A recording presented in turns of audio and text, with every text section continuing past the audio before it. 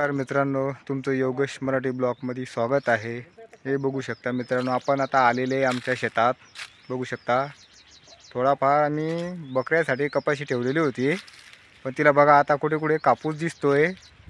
आम्ही असा विचार केला की मला एक वेळेस त्याला येसून घेऊ, नंतर बकऱ्यांना आपला पण थोडाफार खर्च निघून जातो। आपण मित्रांनो फक्त एकच कपाशीची गोळी ठेवली होती, ती पण बकऱ्यासाठी ठेवली होती।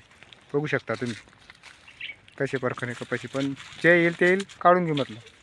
काम आहे तर कसं असतं मित्रांनो, तेवढाच खर्च पाणी निघून जातो।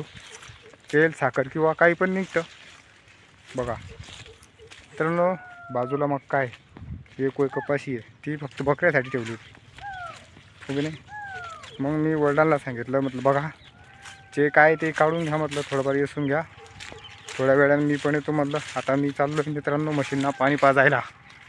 आता झाला दुपारचे, आता वाजलेले दुपारचे 12। म्हटलं आता एक वेळेस त्यांना पाणी पाजून देऊ, नंतर बघू मग।